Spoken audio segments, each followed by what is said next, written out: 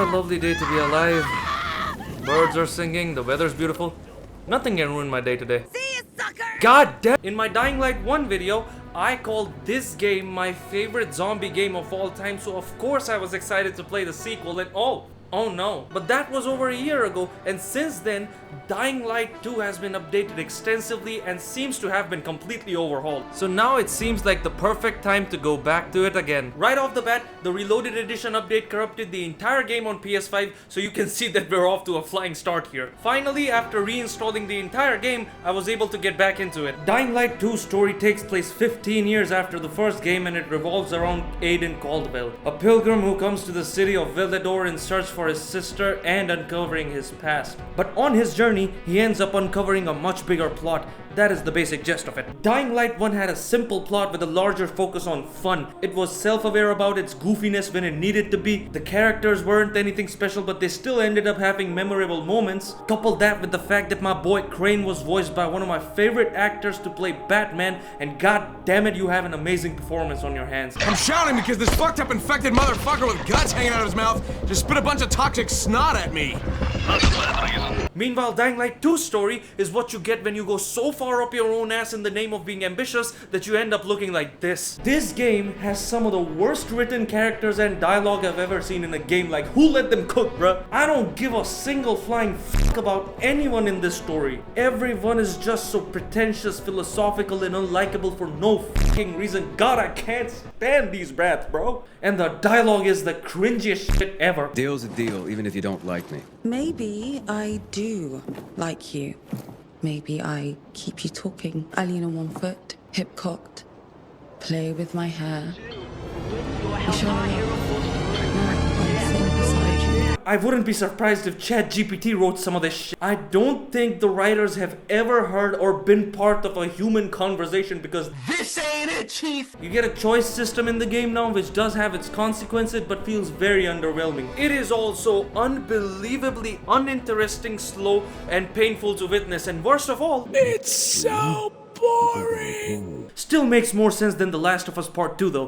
The parkour, which is the best part of this game, carries over everything from the first game and just builds on top of it. There is more moves like wall running, pole swinging, long jumps, high jumps, combined with the new tools like the paraglider, and a different grappling hook from the first game which really makes you feel like Spooderman. Every trick combines with each other seamlessly, giving a ton of room for creative and stylish player expression. I almost bit my tongue there. This is also helped by the fact that this game's map is built more like a parkour playground rather than an actual city. This is like the wet dream of those crazy ass building climbers that used to pop up on OG YouTube. Good times, man. The map is designed with the intention to make traversal with the parkour as fun as possible, and damn it, it really does work. Swinging ropes, jump pads, poles for your mother to strip on, you name it, it's got it, bro. Dying Light 2's parkour doesn't feel as snappy as the first game, probably because it's more realistic and heavier on animations. Animations like climbing to the top from the edge of a building do take a little longer compared to the first game. Dying Light 1 just has that sense of video gamey responsiveness to it, but this level of parkour depth just isn't present in the first game. I guess there's still a little bit of personal preference involved here, but if we're just talking about the raw number of options, Dying Light 2 easily takes the win in that regard. Also, while I do think the music in the first game is better and one of the most iconic gaming soundtracks of all time, the implementation of music in Dying Light 2 is straight up awesome. The music here is dynamic, which means it reacts to how you are playing and what you are doing.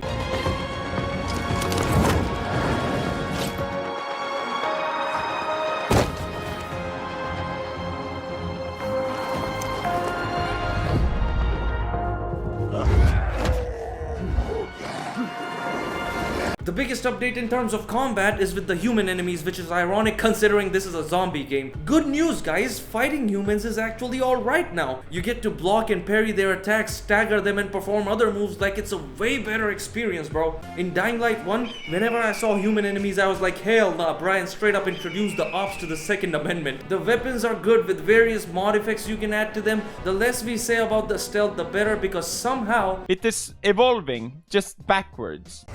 Boom! Wait, how did this How did this guy still not wake up? But hey, killing zombies feels way better than it used to since the gore update. Like it's a night and day difference from when the game first launched. Seriously dude, this game has some of the best gore effects in the entire industry, plus the new finishers are really incredible.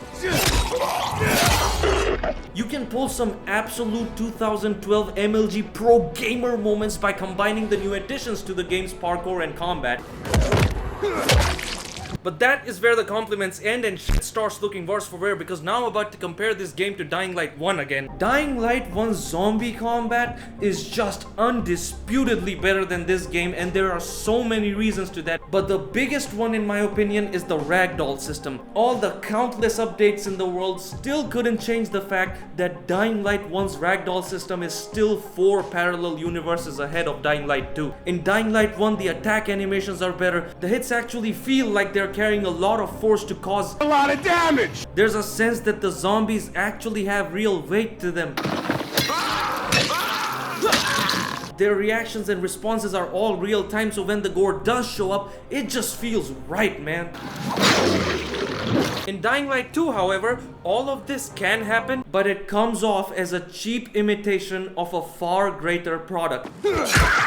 Bottom line is, game feel of the combat was a big part of the first game's satisfaction, and that is a step down here. Many moves actively take control away from the player, locking you in an animation where the results are predetermined. I have been falling for 30 minutes! So there are times that your hits don't even connect with the enemy and they still go flying like they're Angry Birds or some shit. I used to.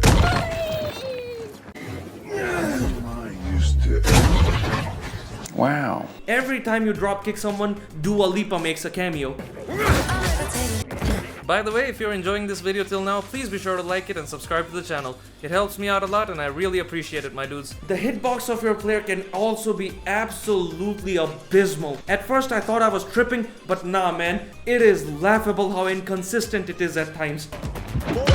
But what the hell, boy? This kind of shit happens way more than it should.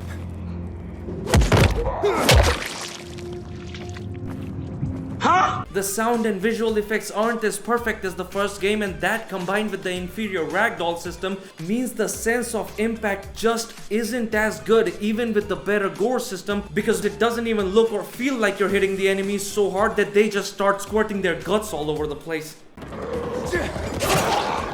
At times the enemies' reactions don't even match up to the hits. And sometimes when you hit them while they're on the ground, there is literally no ragdoll at all. Speaking of no ragdoll, your movements outside of combat rarely ever knock down zombies like they did in the first game. The physics, hit reactions and gore is just straight up stupid and doesn't make sense most of the times. In fact, this kind of shit isn't very uncommon. Now of course it looks funny when these weak ass swinging animations send these undead bastards flying into another dimension. But damn it, that novelty definitely can wear off and doesn't stand a chance when you compare it to this. Another big letdown is that there are no big zombie hordes for you to fight like the bridge from Dying Light 1. The newest update for Dying Light 2 added guns which are definitely fun to use, but you're the only one who has them, so there are no gunfights in the entire game. What a joke. There aren't as many weapons here as compared to the first game, which does make sense since Dying Light 1 has had a lot more years of content, but it is still worth mentioning. Don't get me wrong, I am not saying that the combat is bad, it is actually pretty good now. This is the best part of the game. Yeet. Yeet. I'm just saying that Dying Light 1's combat is definitely way better and way more satisfying. What is bad is the progression system. Dying Light 1 had just the perfect progression system in my opinion, with the perfect blend of simplicity, complexity and convenience for a game like it. It allowed newer players to get familiar with it easily and allowed veterans of the game to have hassle-free fun on the go, just like I do with your sister. Now Dying Light 2's progression system on the other hand is straight dog water. I think the developers were like, guys, we're gonna make the next Dying Light a pseudo RPG for the sake of it. Now I'm gonna take a massive shit. Items like throwing knives, molotovs, hell even the healing bandages need to be upgraded first now just to justify their existence. A half-baked wardrobe feature clutters things even more. In the first game we only had a meter for combat stamina, but now, as well as the combat meter, there's a meter for how long you can stay in the dark, a meter for climbing stamina. Like, this shit is just a meter management simulator, bro. Remember how in Dying Light 1 on the hard difficulty the fights felt appropriately balanced even in the beginning of the game, and the zombie designs were used to seamlessly visually convey how tough they might be? Well, forget that, because here on the hard difficulty your character is a fragile bitch that takes damage if the enemy so much as breathe close to him, which is ironic considering story-wise Aiden is supposed to be superhuman. And also, zombies have levels now, guys, so even this vegan teacher looking ass zombie can outclass your ass in combat. And oh my god, fighting the bigger enemies in this game is an absolute chore.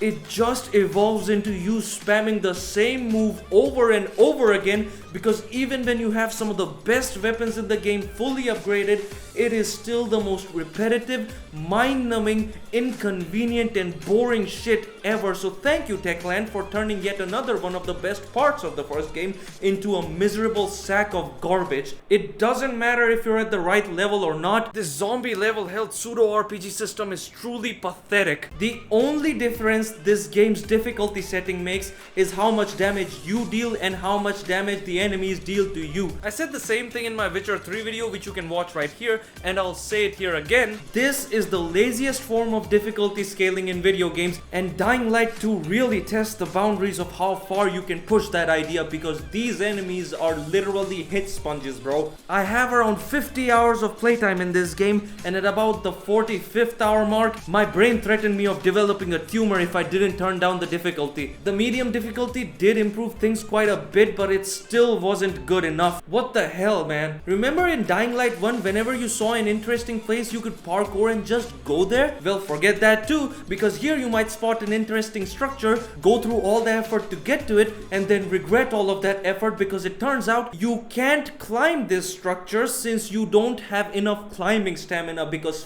player freedom in open world game design. Why? Just why? But how do we increase these meters then, Gaming Tank? Well, I'm glad you asked that. You increase these meters by obtaining inhibitors, 3 of which let you increase the meter of your choice. You can find these inhibitors out in the world sometimes, but most of the times they're found in these GRE headquarters. These are indoor locations filled with tons of zombies, and you have to navigate carefully through each floor to get the inhibitor. Now, on paper, that sounds like an interesting and intense idea, except it is the same shit copy-pasted over and over again at different points on the map. Same goes for the train stations, which could have been so much better and actually scary, but nope, there you go. Do the same shit but on a different point on the map. Power stations are a boring joke. GRE anomaly boss fights are always the same. Windmills, which are just towers from Assassin's Creed, are also copy pasted all over the place. There's only 2 or 3 main missions that I remember from this game because all of it is so damn forgettable. Now if I'm being honest, the last few side missions of Dying Light 1 are also fetch quests, which are just dumb busy work. They are so lazy it's not even funny, but guess what? Instead of improving upon that in the sequel, my god, this game has a soft spot and a hard cock for that shit. No joke, there's a quest line here with 10 quests where all you do is go to different apartment buildings and collect books. The worst part is, unlike the first game, most of the times nothing is done here to spice things up. In fact, this game's idea of variety is, here, fight this dude when you can't see for jack shit. No, this is not a bug. This is an actual mission in the game. The only good open world activities in the game are the parkour and combat challenges. They are genuinely fun and utilize the game's strength perfectly, which is a philosophy that I wish was used for all the other activities I mentioned. But as it stands right now, all of it is just so lazy, man. You can't craft weapons on the go. You can't repair weapons on the go. Like, this progression system is the ultimate anti-fun equation that makes every part of this game worse. It makes the exploration a chore. It makes the parkour worse. It makes the combat worse. Like, who the fuck came up with this trash, bro? I don't get how you can mess something up this bad in a sequel after pretty much nailing it in the first game. This is something that I would expect from a Ubisoft game. What the hell, Techland? Now this meter management, level gating bullshit does get a lot better once you have grinded the game enough, but if someone isn't even having fun, why the would they even stick around that long? No, seriously,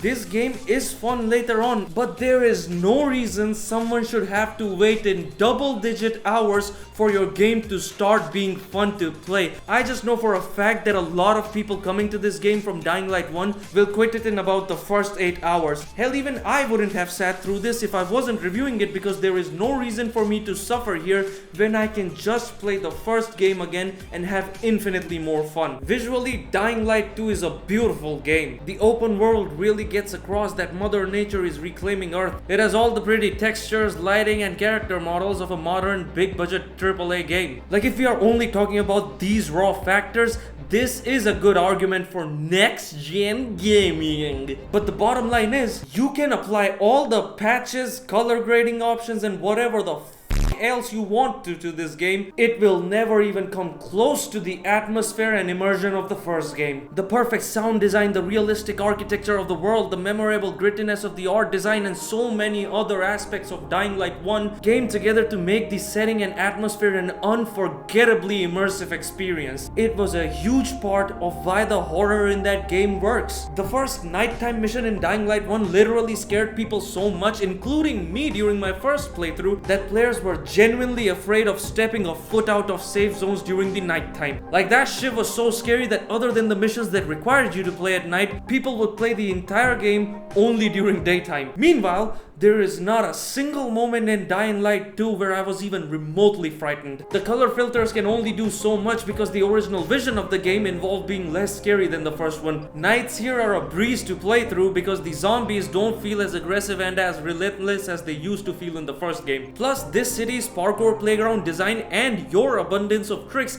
isn't doing them any favors. Even from the beginning of the game, there's a sense of security that you can easily evade these dumb motherfuckers. While in Dying Light 1, I'm out here scared for my life in these nightmare fuel ass missions. Like, come on, bruh. School was already scary for guys like me growing up. Why you gotta do this to me? The only thing I'm scared of while playing Dying Light 2 is having to confront the fact that this is the sequel to one of my favorite games of all time. There's so many missing details here that helped in making the first game as immersive as it was. The minimalistic HUD, the zombies stopping to look at the sun during sunset, weapon deformation, and other similar stuff. But over here in this game, everything is just so lazy that even the day and night cycle is just a slideshow of images. Hell, when you save someone, they don't even say anything to you like they did in the first game. They just stop, stand, and stare at you like they're having an out-of-body experience out of nowhere. You get to see and hear the same NPC interactions over and over again. This game's goddamn UI looks like a mobile game, and that has been the case since even before Tencent took over. The jokes just write themselves. And no, the Nightmare update doesn't change that much because it basically feels like a simple set of tweaks rather than a complete overhaul to the night system. I appreciate the fact that in terms of quantity there is more night specific content here, but if I don't even feel any sort of tension during the night gameplay like Dying Light 1, what the fuck is the point of them being night specific? Inconvenience? Finally, we come to the major DLC / expansion, Bloody Ties. Bloody Ties is about this old museum turned casino, which is a hotspot for gamblers to bet on arena fights amongst humans and zombies.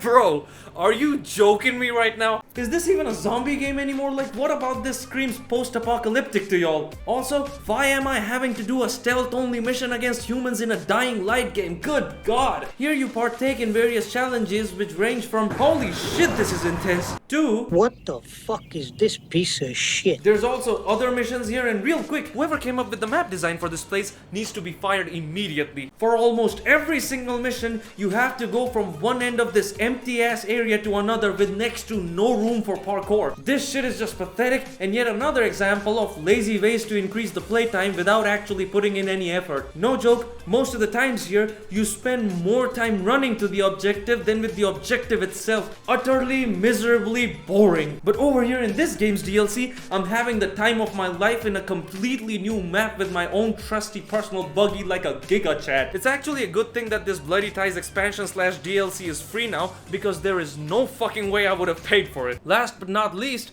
we gotta talk about the general lack of polish that oozes off of this game. I already showed you the goofy examples, but there's also major game-breaking bugs present here too, like the Reloaded Edition update breaking the game, forcing a reinstall as I mentioned in the beginning of the video, or here where I completed this mission but it still didn't check as complete, so I didn't get any rewards for it and now the mission is permanently stuck in my journal. Or here in the DLC where I died during a challenge and after respawning the game still thought I am in the mission, so I couldn't progress further and had to load a previous save. I have never had issues like this with Dying Light 1 during my countless hours that I've spent on that game across multiple different platforms. In conclusion, while Dying Light 1 is a masterpiece with its own unmistakable identity, Dying Light 2 feels more like a generic Ubisoft open world game with zombies. This game was designed in a way that ticks off every checklist of trends in open world games rather than focus on what made its predecessor the best zombie game of all time, and as a result